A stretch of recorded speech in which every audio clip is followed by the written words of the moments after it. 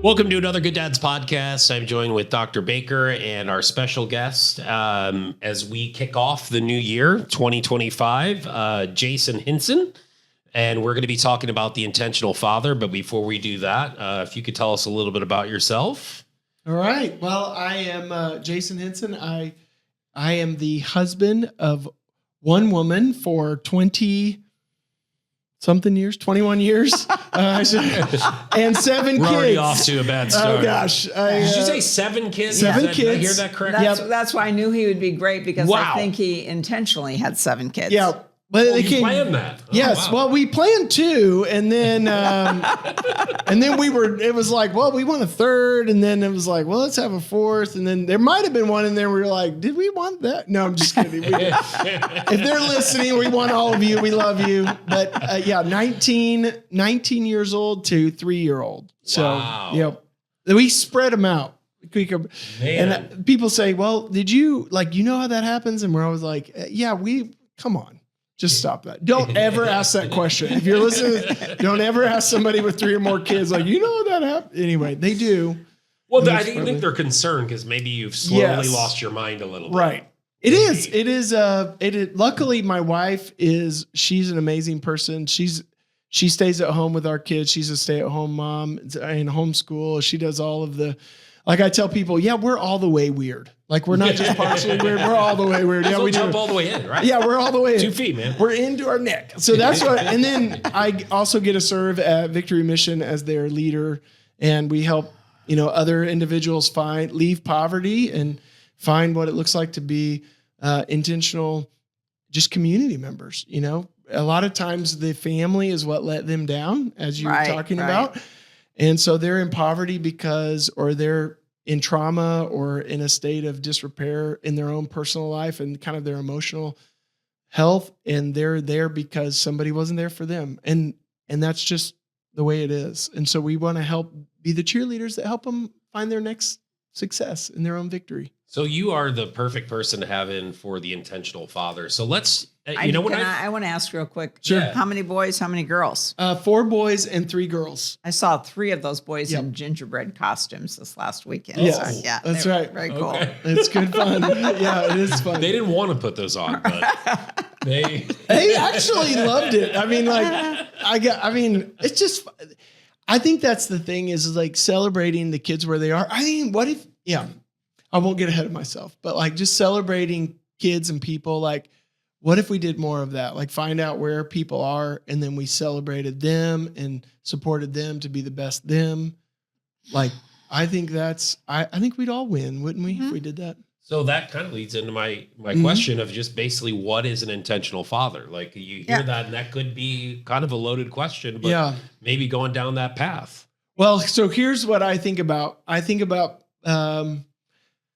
19 years ago when I first had a kid, that little boy, and we were trying to do all this stuff and figure it out. Like that dad, I don't know who that dad was because the dad that sits before me, I'm seasoned. Like it's just, so if I say something wise, people are like, wow, I wish I would have thought that. I didn't think that like 19 years ago. You know what I mean? A lot of mistakes, right? Yes. Yeah. And I'll just start out of the gate with like, there's failures here. I remember, and my kids have reminded me, my oldest has reminded me of this. I remember taking his clothes out of his closet one time and I threw him in the hallway because I don't even know why, but it was like, he wasn't putting up his clothes the right way or something. So I just let all the listeners know, like, this isn't somebody who sits before you perfect. And I had this all figured out. Like there were times when I've had to go and say, hey, your dad was wrong.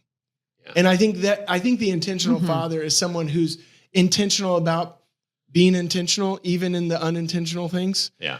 And so it's just that awareness, like, I blew that or I did great there. But like knowing it's the awareness that's key. Like, the fact that you want to be an intentional, like if you're listening to this right now, then you're an intentional father because you're intentionally trying to get better at something. Yeah. Sure. Yeah.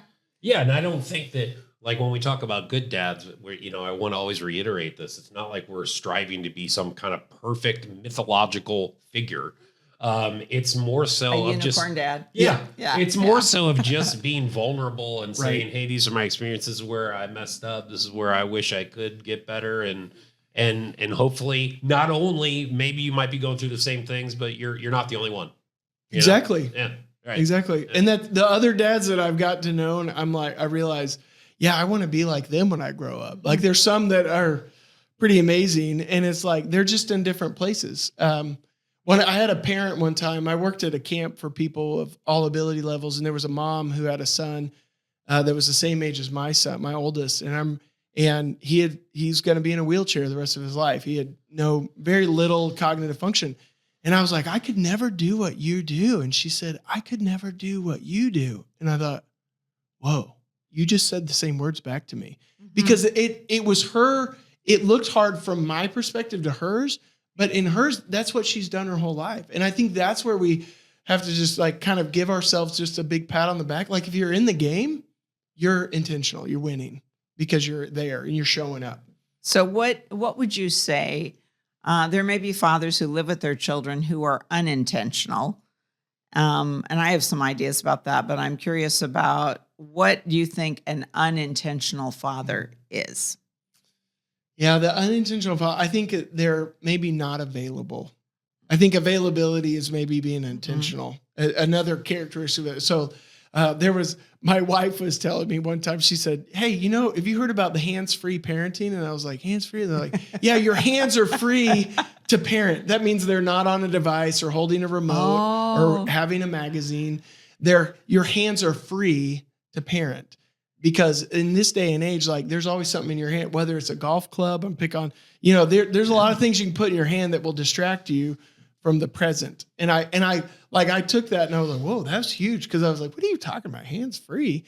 Like, of course we're hands free. Like we put that on so we can talk on the phone while we drive. And it's like, no, hands free to be there and be available and be intentional. So Be mindful. Mindful. Yeah, that's a great You're one. right there. You're present, fully present. So you could be unintentional and be there in the room, but you're still not present mentally, Right. or you could not be engaged. Right. So just because you show up doesn't necessarily mean you're an intentional father.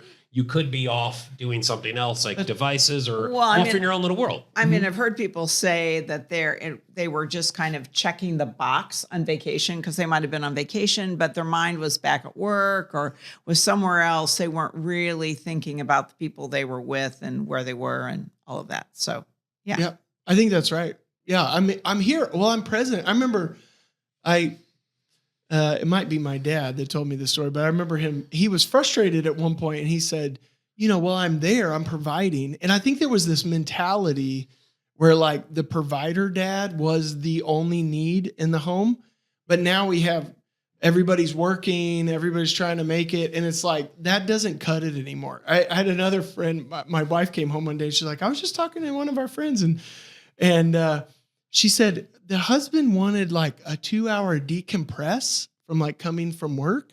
And I was actually joking about this the other night. And I was like, what is that? Like you come home and like, what do you need to do? Like I've told people like, if you don't come in guns a-blazing, like open the door and be ready. Like this is your child, change a diaper, right? They just burped up. Hey, there's throw up in here. Like someone's cleaning it up. Like that is your life. You have 7 kids. Yeah. You show up and you go back to work. Like there's no what pause on what? Like that's not even an option anywhere anymore, You don't get time off. No, there's no time off. Especially for like our situation. My wife stays at home and so she's a stay-at-home mom. So like there's no turn off for her. So for me to walk in and be like, hey, I still need some more time. She's like, your time was when you were working. Now, like, how long did it take you to drive home? That was it. Yeah, that was it. That's all you got.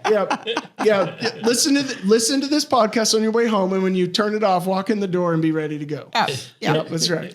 Well, I was thinking, when we came up with this topic that also dads sort of have goals or dreams or ideas for their kids, or maybe just values. And they say, I really want my child to be responsible. but then they have no idea how to be intentional about that. So this series is going to actually be on a lot of those character traits or values that we have for our children and how we are intentional about promoting those or encouraging those. So I'm kind of excited to see what you might come up with. Well, that'll be fun. I can't wait too. I was hoping you were going to ask me a question. I was like, I don't know. Did we talk about this? This Good Dads podcast is brought to you in part by our generous supporters. This week, we'd like to thank the following: Harry Cooper Joplin Supply, Train Supply, TSV Logistics, Solera Energy, Derma Health. Thank you to all of our sponsors. Visit our website at gooddads.com to learn how to contribute to the Good Dads mission. Well, how do you, because you have 7 children, how do you make each one of them feel valued? I think that's what some people worry about is like, well, if I had more than 1 or 2, how do I help those children each to know that they're loved? How do you do that? Yeah, I think that can be a challenge in there. I think our kids, if they were here and they would tell you the truth, like, sometimes they feel like, well, the loudest one, it gets the squeaky wheel gets the grease, if you will. So there are kids, when the younger kids, I used to say this, every time we had a baby, I would get everybody else. So like when you have a newborn and my wife would have, we've had this baby and the new one comes home, it was like the other 4 were mine. I had to make sure they were brushed teeth. And I think like there was a time where I think I resented that. Like I was like, I got to do all this myself now. And then I would like, I wouldn't wake up in the middle of the night, or like, she'd be like, well, someone could, do you want to start nursing? Like you could nurse and then and then I'll take the other 4. And I was like, well, you bring up a valid point. So you keep doing that. So there was all these like different conversations that I think I started to realize, like, if you want to be, it's really about like the self-sacrifice and to say, I'm going to put my phone up. Like that's been a big one for me recently is I try to put it on a bookshelf in another room. And then like we have, kind of like no devices at the table, although some of our older teens are getting really bad about that. And then they're like, well, I could move out if I wanted to. And you're like, well, then go ahead and do that. Because while you're here at our table, we're no devices, things like that. So we've had those conversations and, some of that, male to male, I don't need to be under your thumb anymore stuff that's some of the challenging parts. Cause it's like when to back off and when to step in.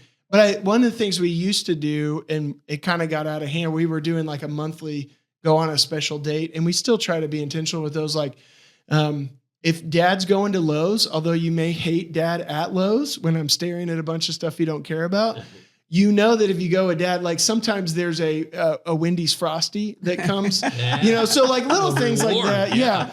So, and you get coupons or like you buy those, right now, like different times you can get the Wendy's, like if you buy something, you get a Wendy's Frosty, you get those keychains and stuff. So just being intentional about like, it doesn't have to always involve money either. It can just be, going to dad to work. Yeah. Yeah. Sure. Yeah. I've taken kids to work and make them, volunteer with me, a forced volunteer. But that's on teaching some of those concepts. Like, they need to know that, hey, you're not the center of the universe. And I think when you see somebody else coming from, what I specifically do, obviously helping individuals coming out of prison or off of the streets and homelessness, their lives to get them there is way worse than what my kids have, and have experienced. So I think sometimes when they hear those stories, it's like, okay, yeah. But then other times it doesn't matter. I was thinking I'm the oldest of 3 and we're all very close together in age, but my favorite time, one of my favorite memories with my dad was riding home from work with him. So I would walk from the high school over to where and I could go to the library. It was right next to the library where he worked. And then I would ride home with him. And that was 15, 20 minutes in the truck alone. We'd talk about a lot of things. I have good memories of that because once he got home, there were chores to do, other things going on, but or I would go with him if he was going hunting. I might just walk along with him but you're right. It was not the dad so much saying to the child, you're special and we're going to have a date. There's nothing wrong with that. Right. But it was more, you join me where I am, and then conversation takes place. I had a lot of memories, good memories of things like that. Absolutely. I think even picking up projects, we did a remodel on a house, and we did that as a family. And that was, I remember thinking back to that, like, it was way more stressful than I ever thought. But like, my daughter was there all the time. She's our second oldest, and she loved it. And that was not the one I thought, oh, this is going to be great for, but it turned out to be, man, she loves to drywall. Come to our living room. Her and a friend, did the whole texture on the ceiling, man. It's like, wow. So every time I look up, I think, man, my daughter did that. And my son did that. That's not as good as I wish he would have done, but like, hey, we had to move in, it's like, cheap labor too. Yeah. That's right. It was real. Sort of. If you think about the True. There's another. There's a whole price tag on there's different another. items.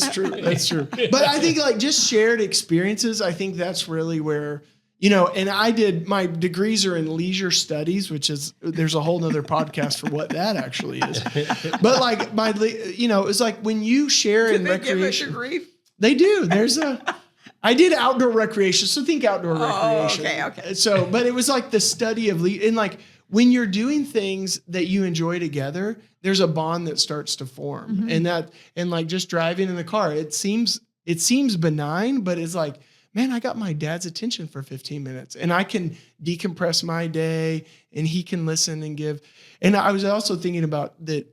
You got to be willing to stay up late. I've learned that with teenagers to be intentional because they want to talk after 10. Oh, that's so true. Because they're coming, their curfew's coming in. They just had I was just at my friend's house and they were going to go do this. And then like, well, what do you think? Or I like this guy or I like this girl. And those conversations don't come up, at 4:00 in the afternoon when you're fresh. When you want to have the conversation. I remember a conversation I had that was in the laundry room with my son. And I was like, man, I was like literally going to bed.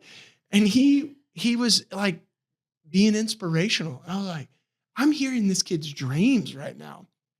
And if I miss this, I miss like this is those little moments in time where you're like, if you walk away from this, you're missing who this person really is. And I think I've started to be more curious. I think maybe another factor of intentional father is they're curious about who their kids are and who they're becoming, and both for the good and the bad. Right. Yeah. But also, you're saying just be available. Yeah. At any moment in time, you just don't know when it's going to be. Yeah. And just be, if you're the intentional father, just like you said, you can be half asleep. Yep. And you're just like, I'm still on. Yep. This job it never sleeps. No, it doesn't. And when you have a baby, you know that for real. It's like, oh, this job really never sleeps. Jay is about to get first baby in about 3 months. Yeah. Oh, hey. Yeah, it's going to be interesting. It'll be great. Yeah, I got to learn how to change diapers. That's first on the list. Yeah. Hey, when you're like some words, how can I help? That's what you need to start saying. That's it. Need all the help I can get. Yeah. And that's good. How can I help? That's the phrase. It comes out of my mouth a lot. I had learned that from a TV show anyway.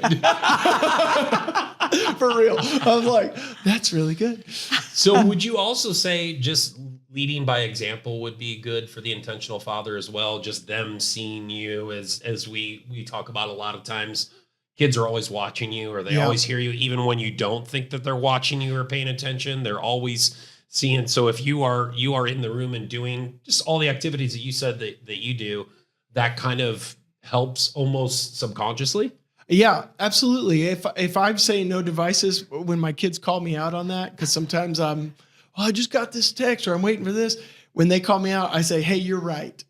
And or one time I remember our kids were like, hey, you're not being very nice to mom. And I was like, you're right. And so I then, I was wrong for not being kind. I try to model what we've tried to model. And then I think that creates a level of like, I'm not above them. Like just because I'm the parent, I'm not in charge. Like if you want to be the boss, like go start a business. but as a parent, I think you have to We all make mistakes. Yeah. And we're a family and we all have a role. We all have different responsibilities within that, but we all have a role to show up to the family with our best. And I think teenagers I'm about to have 4 in February. So God bless you. and like that is that I thought our thoughts are with you. Yeah, thank you. Yes, it's real. But I think those are the things that I've realized is like my dad told me this, and I remember it's becoming more and more. He was telling me this with marriage. He said, you can win the argument and still lose. And I've told that to my own son who's 19 and interested in this girl. And I said, man, you can be right and still be wrong. And that's the point is not being right. The point is saving, like, what can you do to save the relationships and those things? It's important when you have teenagers to stay off the hormone express. Yeah. And it's yes. It's impossible, right? Yeah, you can't stop that express train. You recognize that is going on with them. Yep. Which means you try real hard to go like, okay, that's hormones. Yes. And they're not like, they don't really mean, I hate you, you're the worst dad ever. Because they'll say that, but then they 15 minutes later, they may not remember. I don't think they remember those. I don't know. You're the psychologist, Dr. Baker. They don't remember that, right? No, I really don't think they do, which is, why it's really good to have something in your hip pocket. Like, do you think you'll hate me tomorrow as much as you do today? Yeah. Kind of like lighthearted a little bit. No, I'm not saying you should put up with disrespect all the time, but that kind of over the top expression is absolutely. It's a hormonal moment for the most part. I agree. I think those are the tension that they'll bait you too, right? They're trying, they're setting you up and you're like, oh my gosh. Here we go. Man, our 5-year-old gets under my wife's skin more than me. I just had to play referee, man. It's true that I've seen that too. Like, and even also the co-parenting piece is a whole nother dynamic because you're like, maybe we could have handled that differently. Well, next time you do it. And then it's like, okay. I mean, I was just other couples, not Tiffany and I, other couples. Not us. Just kind of like, from what people have told you. Yes, from what people have told you. Right. I mean, when she corrects me, that's what I meant to say. So what are some of the common obstacles to prevent dads from being an intentional father? Oh, it's ego, right? I think for me, I'll just be, we don't disrespect me, right? We live with a culture of disrespect, and back to the kids thing, they're not disrespecting you. And I was in childcare for a season, and we were at a boys ranch out in Texas, and I remember one of the counselors used to always say, "Look, if the kid feels safe to lash out at you, that's a sign of respect." And it feels counterintuitive. But if they feel safe because they know that you really care about them and you're not going to hold, but if they're having a bad day and you're the fourth person that comes up and says, "Hey, you need to go do your laundry and the chores are more important than where you're feeling," they might give you an earful, but that's not, they finally feel safe enough to express themselves. And in that crisis, there's an opportunity to grow. But if you miss that and you pound them down, so I think that I had to learn that a lot. Again, back to throwing clothes down the hallway or, just I'm the dad, we're going to go, you're mowing the grass, period. It's like, you're picking up the dog poop. And it's like, well, go with them. Right. That's one of the things and you might not always win. There, all those tips and tricks you can have all 20 tips and tricks in your back pocket and still feel like I failed. But because at some point they have to choose to engage too. And you just I've learned I can just do the best me to be available for them.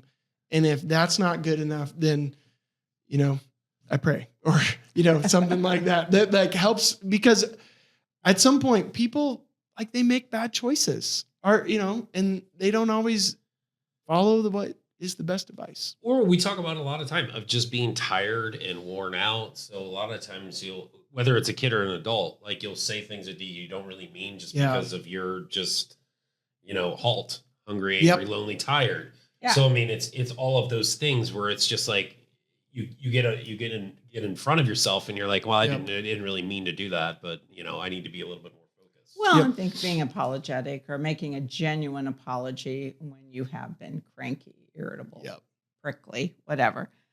In love, you do correct your children because they need that. But also, I do think you need just like you said, an opportunity for a broader range of expression, especially when they're hormonal. Yes.